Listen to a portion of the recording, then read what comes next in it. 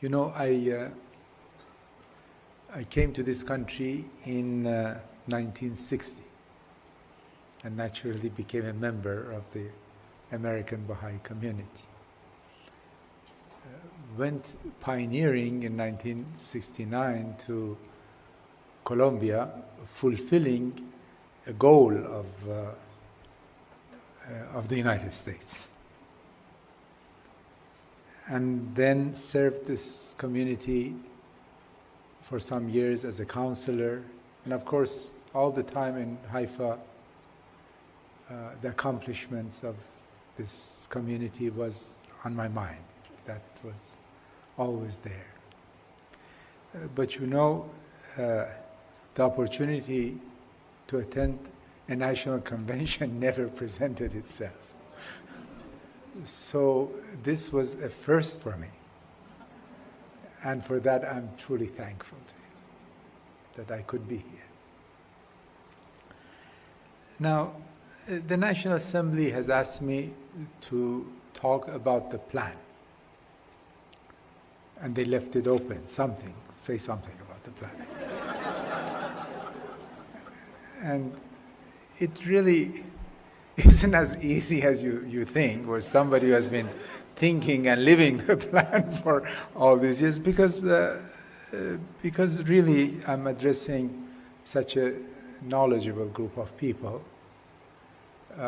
You're very familiar with the messages of the House of Justice, and the consultations these days have proven so. It's very clear. And I sincerely don't know what it is that I can add to what you already know from your careful study of the messages of the House of Justice. But I will try to say a few words and share with you some ideas and just focus on very few concepts that I think shape the plan. And I hope that will be somehow helpful to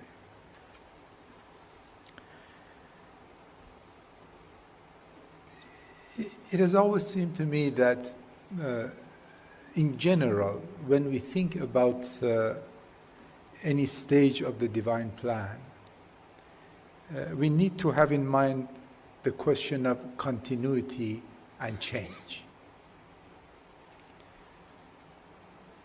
The Baha'i community is accustomed to functioning within the framework of plans regularly received from the head of the faith, now for more than 8 decades. And a remarkable continuity characterizes these plans. Each plan builds on the accomplishments of the previous one and sets the stage for the more audacious goals of the next plan. And it creates capacity to achieve those goals. One or more or a few or a series of plans usually defines a stage in the development of the faith. And for each stage, the community receives from the head of the faith, initially from the guardian, and now for half a century, from the Universal House of Justice.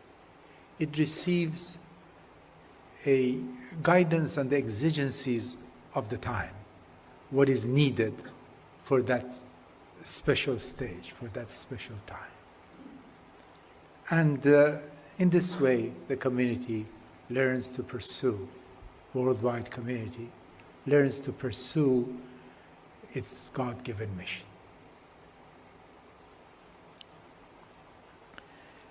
Continuity, of course, does not mean lack of movement. Each stage of the divine plan also demands change. It demands change in the way we approach our work. While consolidating what we have learned in the previous stages, we learn new ways of thinking, new ways of doing, and even new ways of being, so that we can move forward.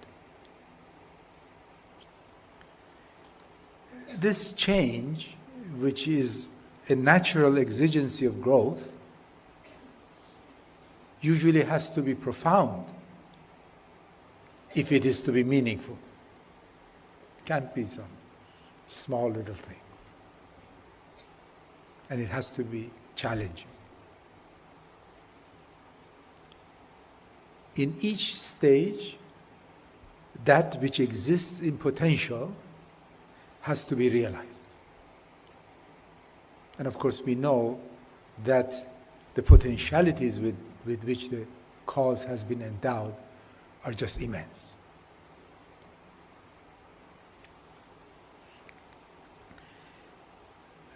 The present series of plans define the latest stage in the movement of the worldwide Baha'i community. By the time the first plan of this series was being formulated, the community had achieved a great deal. It had established itself in thousands of localities all over the world. It had built its institutions on firm foundations. It had addressed a set of broad objectives, if you remember, especially in the 7-year plan, having to do with the spiritual life of the individual, with the processes of community life, and with involvement in the wider society.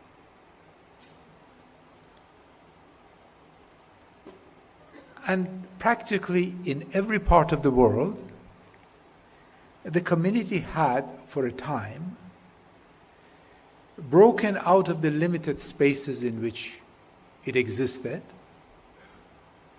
had taken the message of the faith to the masses of humanity, and had been astounded by the receptivity it had encountered. It had enrolled large numbers into the faith, but unfortunately had found the task of deepening new believers and consolidating emerging communities extremely challenging. Yet, it had gained valuable experience from the numerous projects in which it had engaged and the various methods with which it had worked. Therefore, the decision made by the Universal House of Justice and conveyed to the Baha'i world at that time was that the time had come to focus on the process of entry by troops, systematize teaching, and advance the process. This became the single aim of a series of plans that are taking us to the centenary of the formative age. So, there is continuity. It is very clear. A clear continuity can be seen as we see how throughout the plans, through different stages, what had been achieved and what was absolutely necessary to achieve and to come.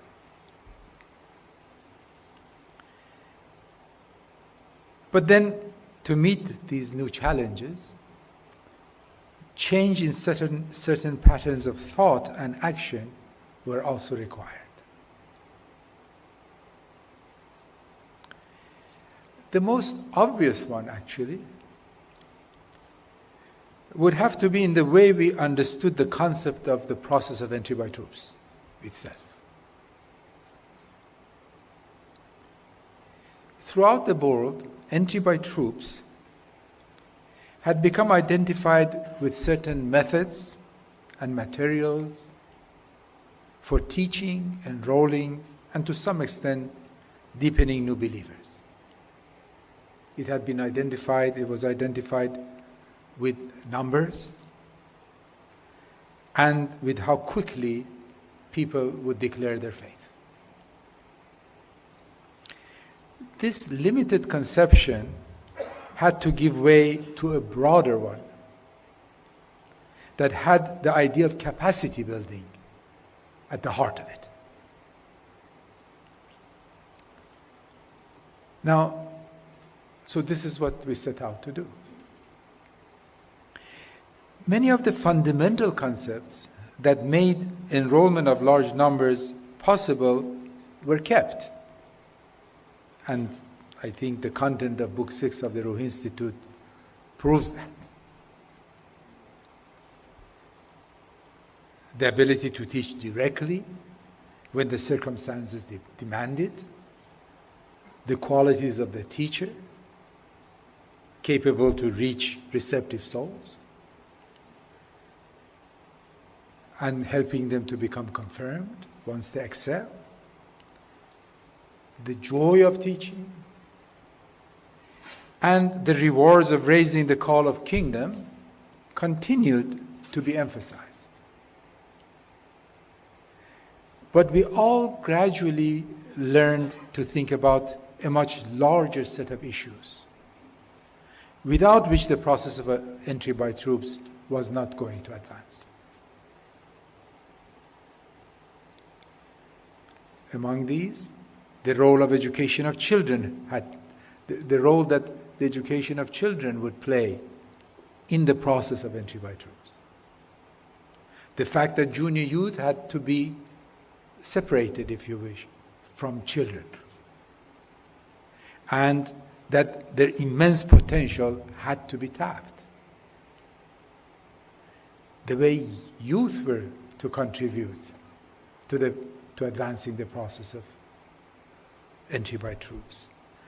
The structures that had to be put in place in manageable geographic units to administer the process of expansion and consolidation, and so on and so on. The list is very long, and everyone here has given so much thought to all these factors that actually make possible to advance in the process of entry by troops. But the point to be made is that the evolution that had to take place in the conception of entry by troops, broadening the focus from the act of enrollment without reducing its ultimate importance, to the development of human resources and capacity building, involved the introduction of concept after concept, the resolution of issue after issue, and learning how to take scores of crucial steps.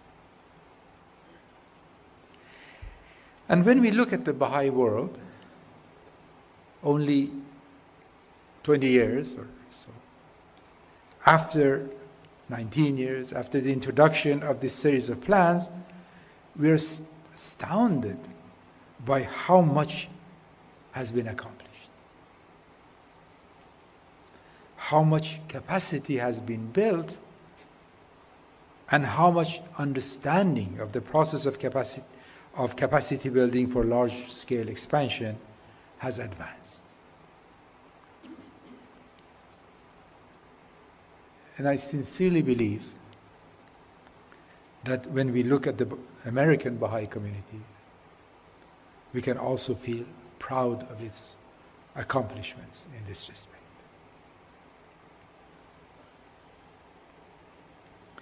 Then we also have to remember that the greater plan of God is at work.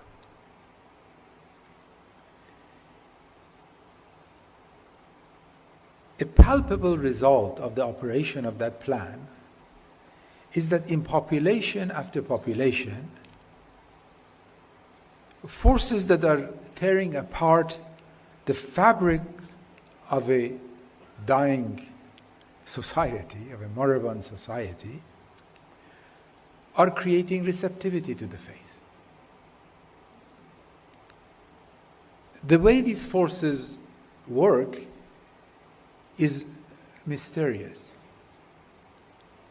On the one hand, they promote cruelty, they cause pain, they bring unimaginable suffering, and they spread despair. But at the same time, in the midst of all this, extraordinary human beings begin to arise. People whose hearts are receptive. People who are willing to work sacrificially to build the world Baha'u'llah has envisioned.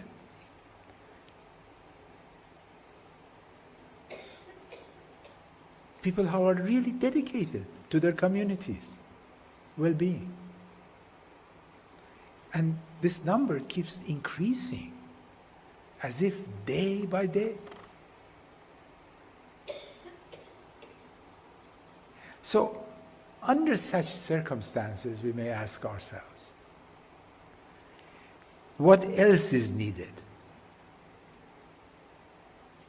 but the capacity of the community of the greatest name to open to them the path of service to the cause and help them take the first few steps as they develop the necessary capabilities, including those needed to help others to walk the same path. I want to pose the question again. Given the clear effects on an ever-expanding number of people, effects of that tempest, which in the words of the Guardian is unprecedented in its violence, unpredictable in its course, catastrophic in its immediate effects, unimaginably glorious in its ultimate consequences. Given the apparent results, what we can see now with our own eyes, of its cleansing force, as he called it, preparing such a vast number of souls to respond to the call of Baha'u'llah, what other focus should we have? What other focus should we have for our collective endeavors but to the building of the capacity of our worldwide community to invite and to make it possible for millions upon millions to walk a path that will enable the community of the greatest name to play its role in the drama that is unfolding before our eyes. What choice did we have? What other plan could we have received, given that reality?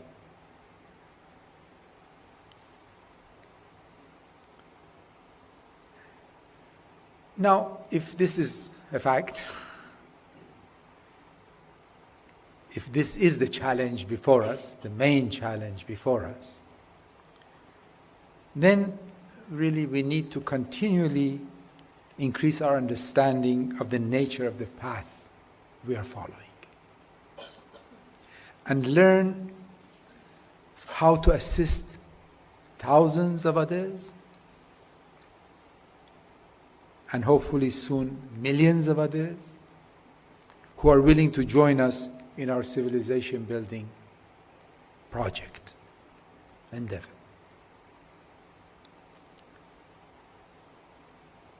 Now, to begin, this path that we are going to invite millions of people, we're inviting millions to walk with us, this path cannot be a path imagined by each one of us as sovereign individuals.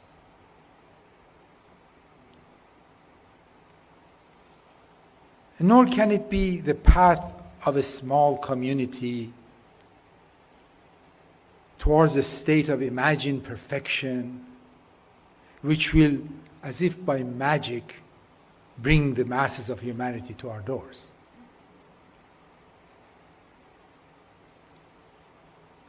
we need to learn about walking a path that will be followed by millions in action. We have to act. We have to walk it. We have to tread this path according to our circumstances. Some walking slowly, some running fast, but everybody walking it. And without either judging each other or creating obstacles for one another.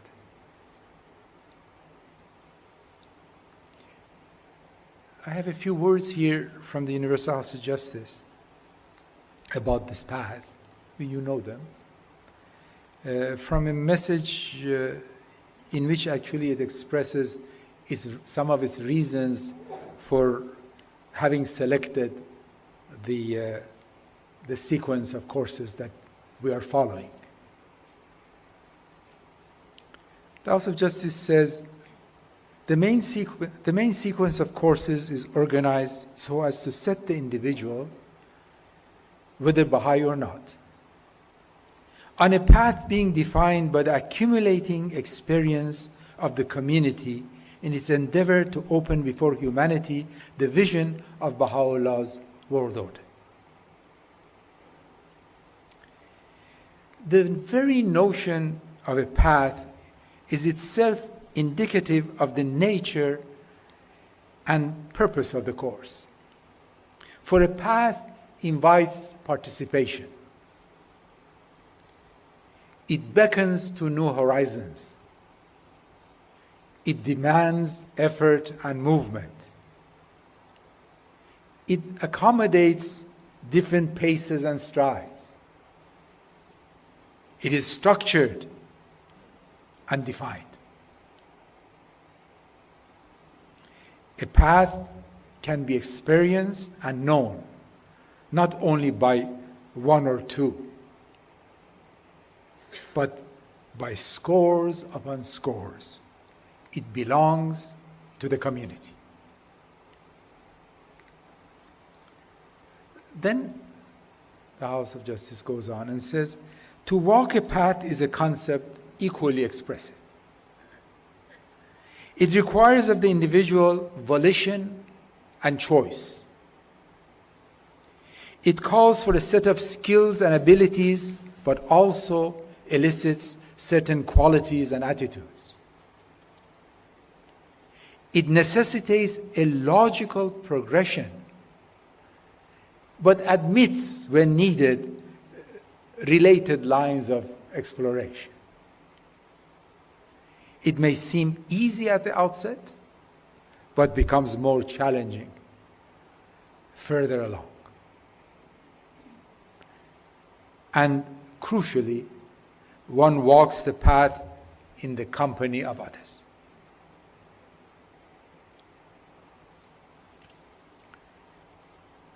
Here then is a path being defined by our accumulating experience as we endeavor to open before humanity Baha'u'llah's vision of a new world order.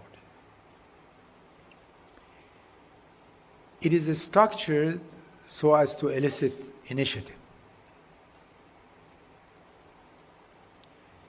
Walking it requires vision and choice. It invites participation and accommodates different paces and strides. And it needs to be experienced by scores upon scores, in cluster after cluster, throughout the world, then in village after village, and in neighborhood after neighborhood.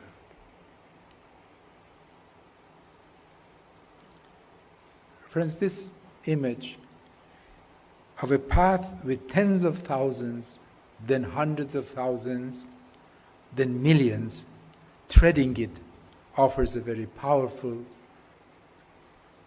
vision of what advancing the process of entry by troops can imply. And it's a vision that excites us. It is an exciting vision. And it's a real one. It's not a dream. As one walks it, one sees the path exists.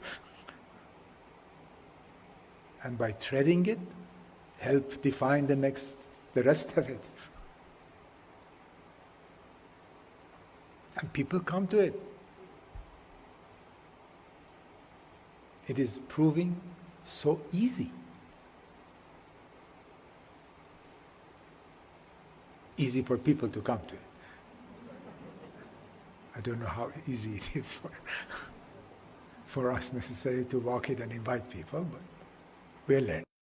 The challenge we must meet as we strive to respond to the provisions of this series of plans. This is the last year of one, and then one more at least stays, and then we will see what the House of Justice will give us as the aim of the next series. And this challenge presents itself to us individually and collectively. It's a challenge that demands great spiritual strides and requires rapid development in our administrative machinery.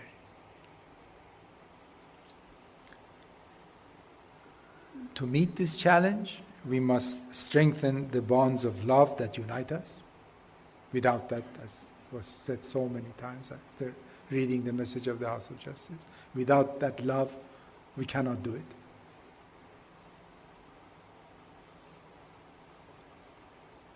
The bonds of unity among us have to be strengthened, and we have to establish a very strong sense of community.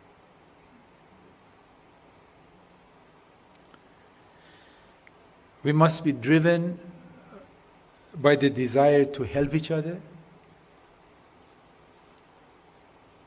to develop the ability to see each other's strengths and not weaknesses,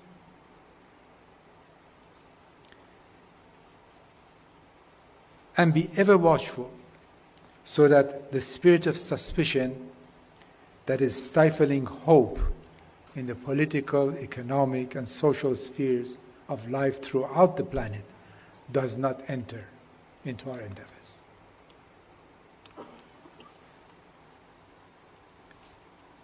Now, from among the many ideas that have proven to be crucial to the enterprise in which we are engaged, two seem to deserve particular attention: learning and accompanying each other on this path of service.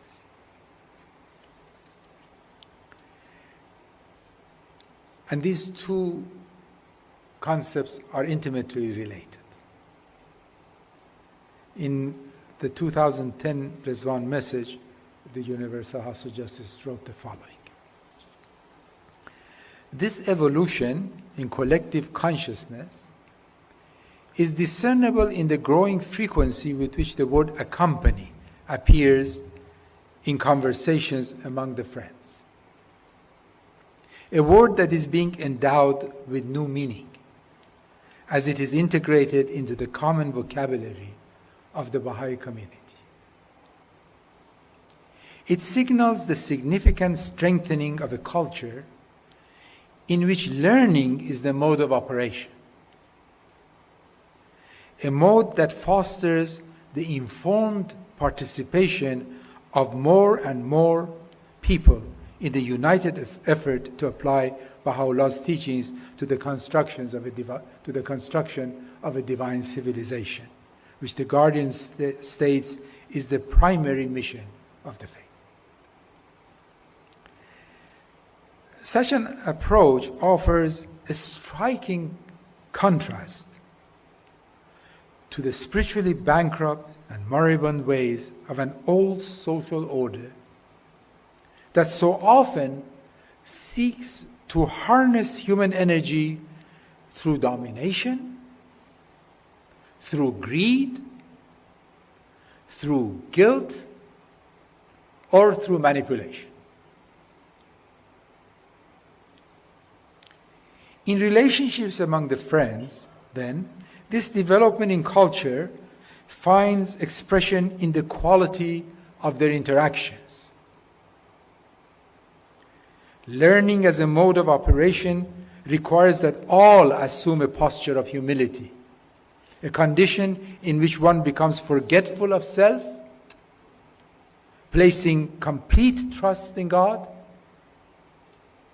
radiant, reliant on His all-sustaining power, and confident in His unfailing assistance, knowing that He, and He alone, can change the gnat into an eagle. The drop into a boundless sea. And in such a state, souls labor together ceaselessly, delighting not so much in their own accomplishments, but in the progress and services of others. So it is that their thoughts are centered at all times on helping one another scale the heights of service to the cause and soar in the heaven of His knowledge. This is what we see in the present pattern of activity unfolding across the globe, propagated by young and old, by veteran and newly enrolled, working side by side. And this is what you have been talking about for these days. This is not anymore foreign to you. It is your experience. And you know it and you see it.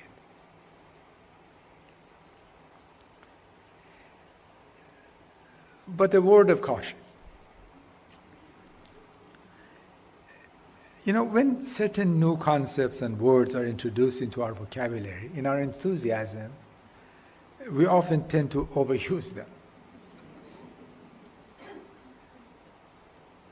Passages like the ones that I have just read show how carefully words like learning and accompanying have been employed by the Universal House of Justice. If we become careless in our use of them, applying them practically to everything, soon we will run out of the vocabulary we need to describe the profound transformation that we are trying to bring about in our lives and in the life of society. To give you an example, for a community that is endowed with such a vast body of teachings about every aspect of life, which is our community, the Baha'i community, with such a splendid vision of a new world order, and with such wealth of guidance on how to serve that vision, living and working in a learning mode must have its own meaning, because, you know, religions somehow, when you think about religions and learning mode, the two things don't seem to come together.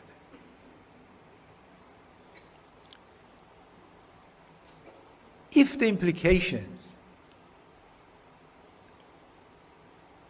of such a life of service are not examined carefully, and we are not constantly thinking about them, contradictions can be created. And contradictions always bring paralysis. So, here we are, we have the goal, all of us have the goal, to live in a state of certitude.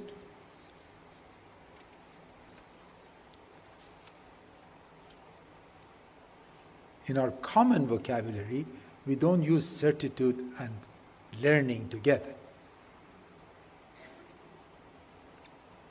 We are to know the teachings and to confidently share with others what we know.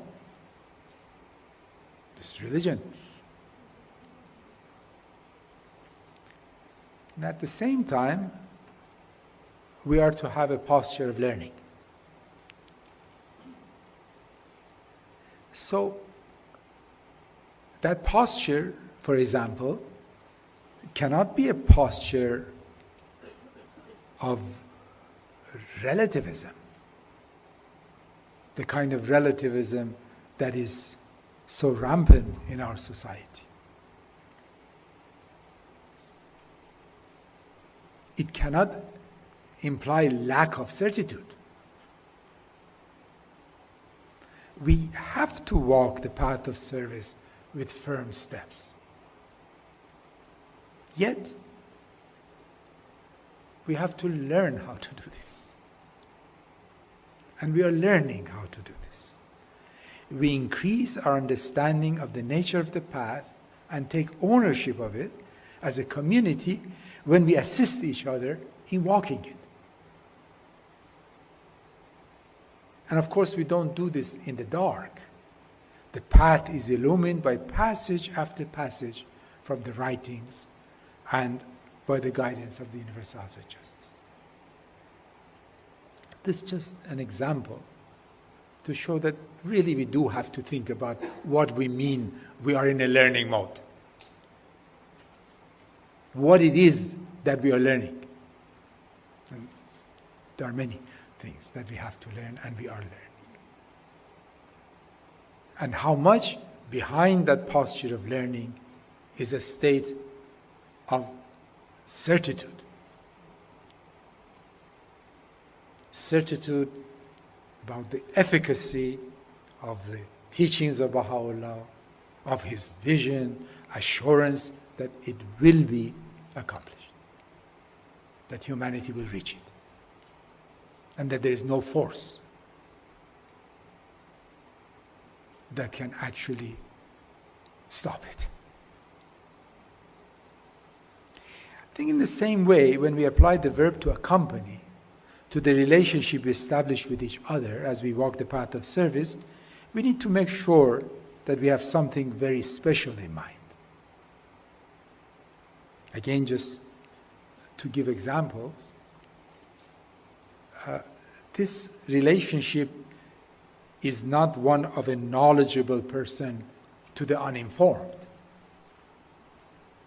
That accompany, we don't mean that. Maybe language allows that, but that's not what we mean. Of an expert to a novice.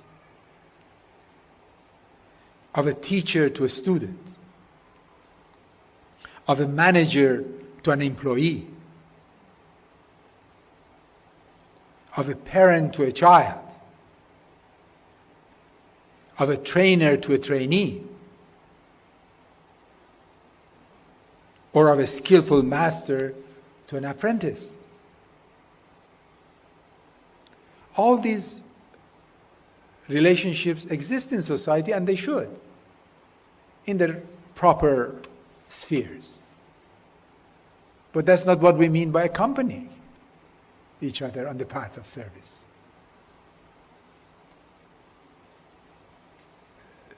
The image that we have in mind, at least just a summary of it, is two loving friends, two true friends, one more experienced in some aspect of the plan, and not all.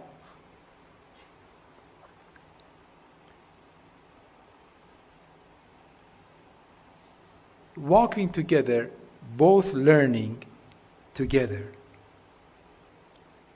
as they walk the path. That seems to be more the image we have in mind when we talk about accompanying each other.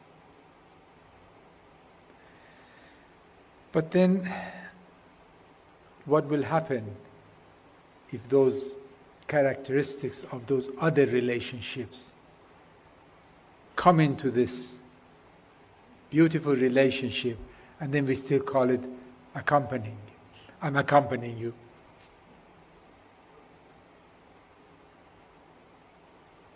So, these words, this language, has meaning. And again, we are learning it.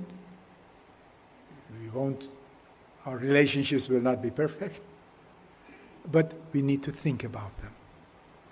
We have to consider so many characteristics of this relationship: the profound love, true respect, generosity, detachment,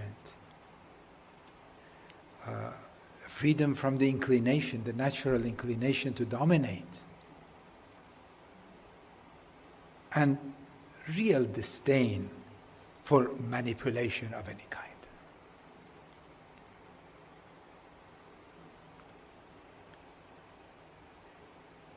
But then here we are, in a world filled with jealousy, competitiveness, greed, manipulation, and guilt, taking delight in each other's accomplishments. Learning to detach ourselves from our own opinions. Harmonizing our personal growth with the advancement of the community. Gaining in discipline not to follow the promptings of the ego. Leaving behind any desire for status or power. Striving for meekness and humility when we are called upon to serve on an institution. Accepting wholeheartedly the guidance we receive from our institutions. And building communities in which there is faith in the capacity of every individual. And where conditions are such that these capacities find collective expression in a vibrant and purposeful life.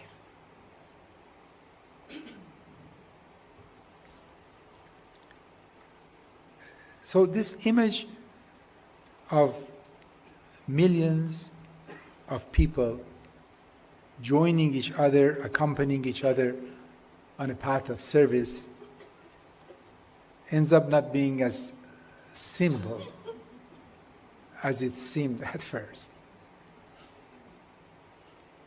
It involves transformation from the old to the new.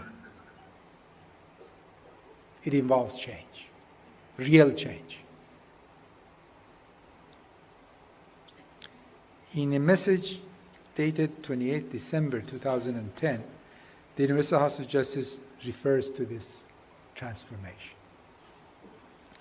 It says, every follower of Baha'u'llah knows well that the purpose of his revelation is to bring into being a new creation. No sooner had the first call gone forth from his lips than the whole creation was revolutionized, and all that are in heavens and all that are on earth were stirred to the depths.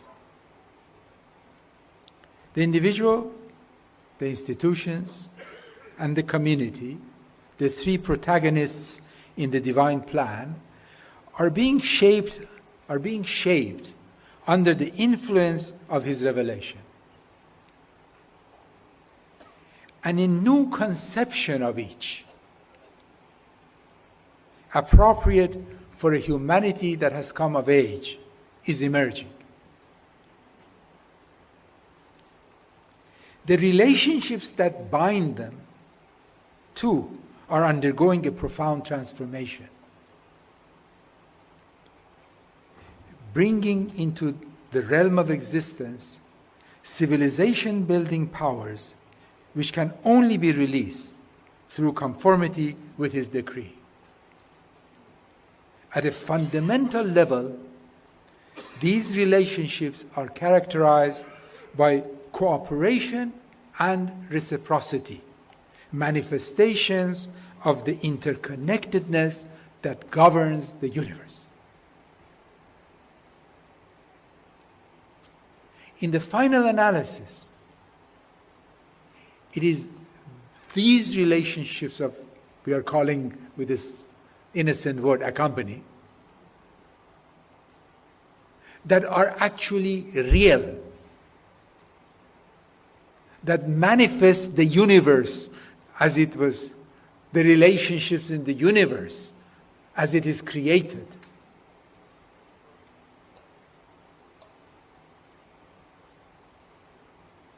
The reciprocity that is built into the universe. Those are real. That is real. That as children we didn't know how to establish those relationships, fine.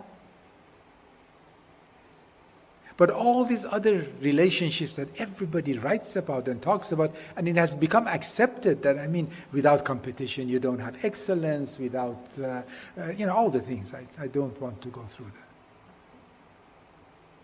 the present ideology of the world that we are bombarded with. Those are not real. At best, they're games of childhood.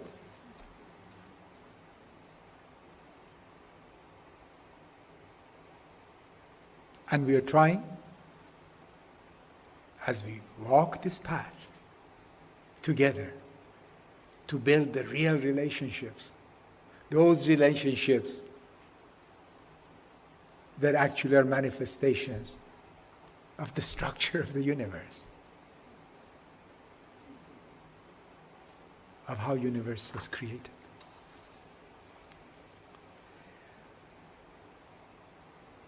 How much have I talked? A lot. So I thought I spoke very slowly, that's why it is. Now, friends, I've just mentioned a few concepts. Again, the list of concepts is many. You know the concepts that shape the plan, and we are learning about them. And as I said, it is really just, I don't know what words to use, how much joy it brings, at least to all of us, certainly to me, to see how much understanding there is and how much we have advanced over a very short period of time in this stage of the divine plan. And then we will go to other stages. When the potentialities of this stage are realized, the next stage, with its exigencies. But we have to achieve this one. And we are doing it. So, I would like to bring the talk to an end with a reflection. And I think my reflection may surprise you, but bear with me. The plans we are talking about are global. So every national community does its utmost to contribute to its success. But when it comes to North America, and particularly to the United States, somehow all of us expect more. And we know why. It's with the master. There's nothing we can do about it.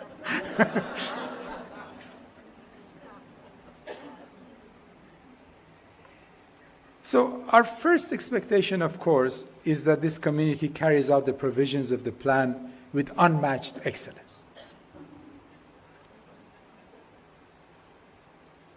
That's the first expectation.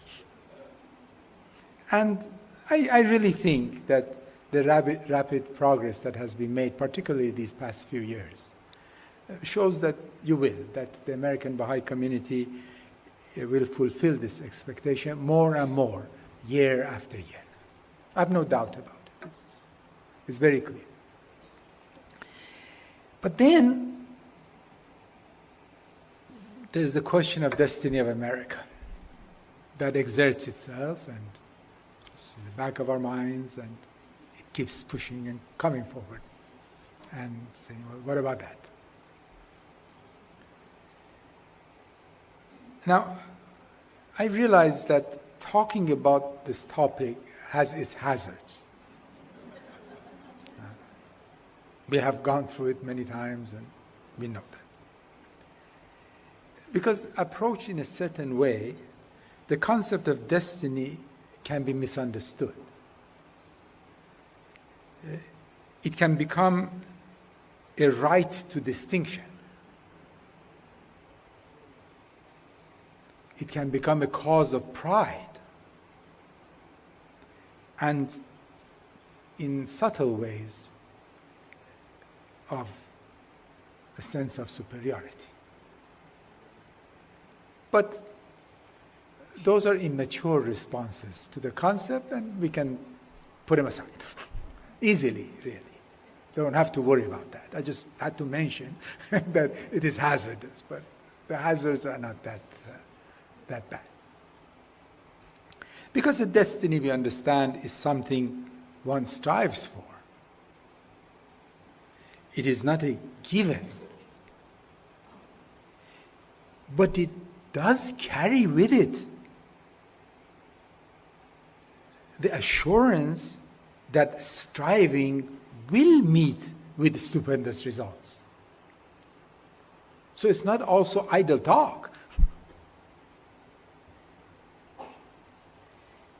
And given the emphatic and beautiful language in which the destiny of America is expressed in our writings, and given the impressive record of accomplishments of this community in the past, we can't help wondering, well, what else, what more in the future?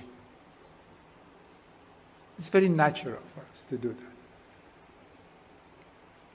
Now, these past few months have been in this country more than for a very long time. So I've reflected on this question.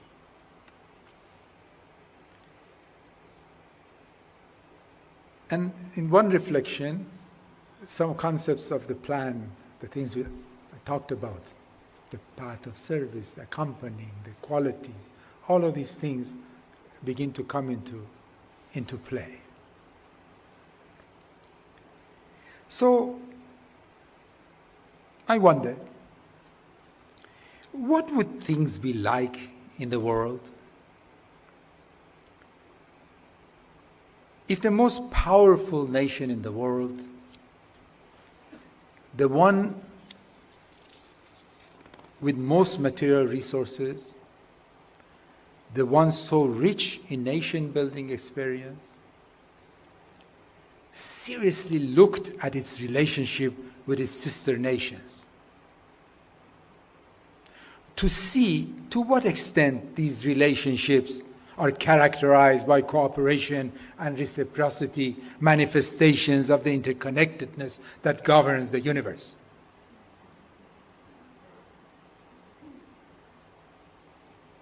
What would things be like in this world of ours if all this talk about our way of life, our democratic values, our know-how was replaced by conversations that reflect a posture of learning together to build a new civilization?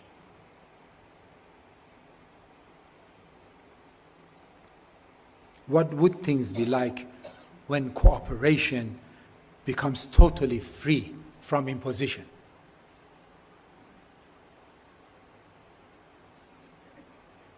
Now, the issue at hand is the establishment of peace, because that's the destiny of the nation.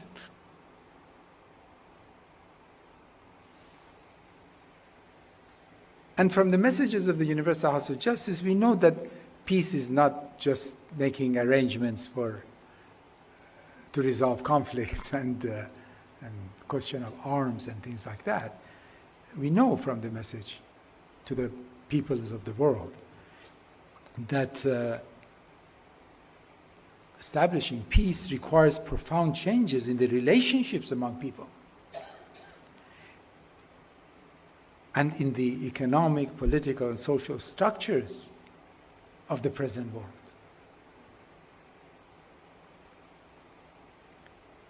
So, I've asked myself, what role is the American nation to play in this respect? The government will have to play its role. It has things to do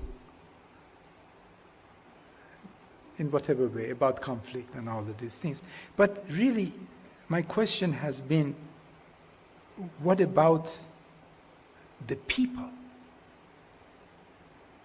The nation, not just its government. What attributes do they have to develop? The American people, if they are to play a significant role in transforming the relations of dominance that characterize the life of humanity today to relations of cooperation and reciprocity, manifestations of the interconnectedness of the universe.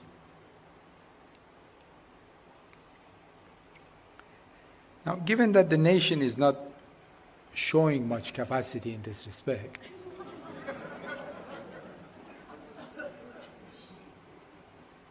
is it wrong to think that it is in desperate need of the fruits of the learning process on which a small community within it is embarked?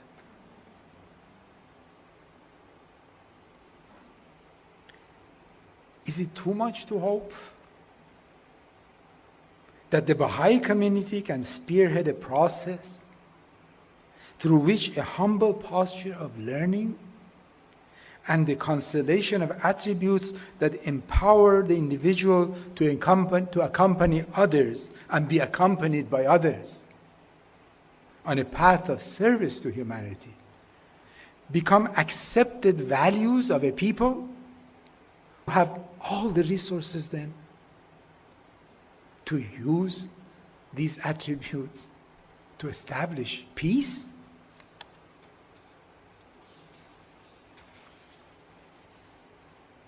So friends, maybe these are the reflections and even just the dreams of an aging man. But if for a moment you see a grain of truth in that dream, then I have a very tough question for you. For all of us, how much are we willing to sacrifice to get to that vision?